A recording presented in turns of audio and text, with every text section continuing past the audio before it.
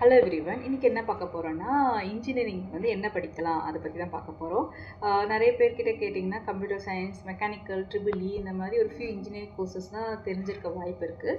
But more then 200 engineering courses வந்து அவைலபிளாக இருக்குது. அதை பற்றி தான் இன்றைக்கி பார்க்க போகிறோம். இன்றைக்கி நம்ம பார்க்குற இன்ஜினியரிங் வந்து மெக்காட்ரானிக்ஸ் இன்ஜினியரிங். இதில் என்ன படிப்பாங்கன்னா, ஒரு மிஷின் எப்படி செல்ஃபாக ஆட்டோமேட்டிக் மூலயமா அதை எப்படி வந்து மூவ் பண்ண வைக்கிறது அதை பற்றி தான் படிப்பாங்க. For example robotic vacuum cleaner. So அதை நிறைய பேருக்கு தெரிஞ்சிருக்க வாய்ப்பு இருக்குது. அது செல்ஃபாகவே அதுவாகவே ஃப்ளோரை வந்து க்ளீன் பண்ணிடும். நெக்ஸ்ட்டு ஒரு எக்ஸாம்பிள் நம்ம பார்த்தோம்னா ட்ரோன் இப்போ நிறைய இடத்துல யூஸ் பண்ணுறாங்க. ஆனால் அது வந்து எப்படி மூவ் ஆகுது அப்படின்னா, பை சென்சரி அண்ட் கேமரா மூலிமா அது வந்து ட்ரைவ் பண்ண வைக்கிறாங்க. ஸோ இதெல்லாம் ஃபியூ எக்ஸாம்பிள்ஸ். லைக் நீங்கள் மெக்காட்ரானிக்ஸ் இன்ஜினியரிங் படிக்கிற மூலயமா இந்த மாதிரி ஆட்டோமேட்டிக் மிஷின்ஸை வந்து உங்களால் உருவாக்க முடியும்.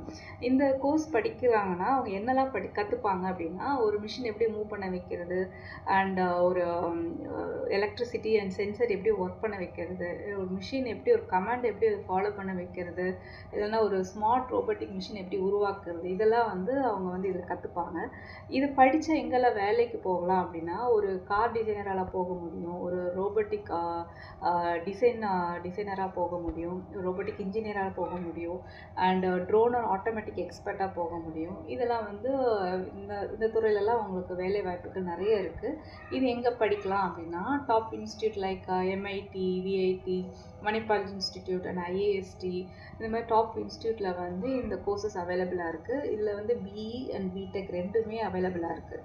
ஸோ உங்களுக்கு நிறைய பேருக்கு இந்த கோர்ஸ் பற்றி இன்றைக்கி ஓரளவுக்கு தெரிஞ்சிருக்கும்னு நினைக்கிறேன். இந்த இன்ஃபர்மேஷனை உங்கள் ஃப்ரெண்ட்ஸ் அண்ட் ஃபேமிலிக்கு ஷேர் பண்ணுங்கள்.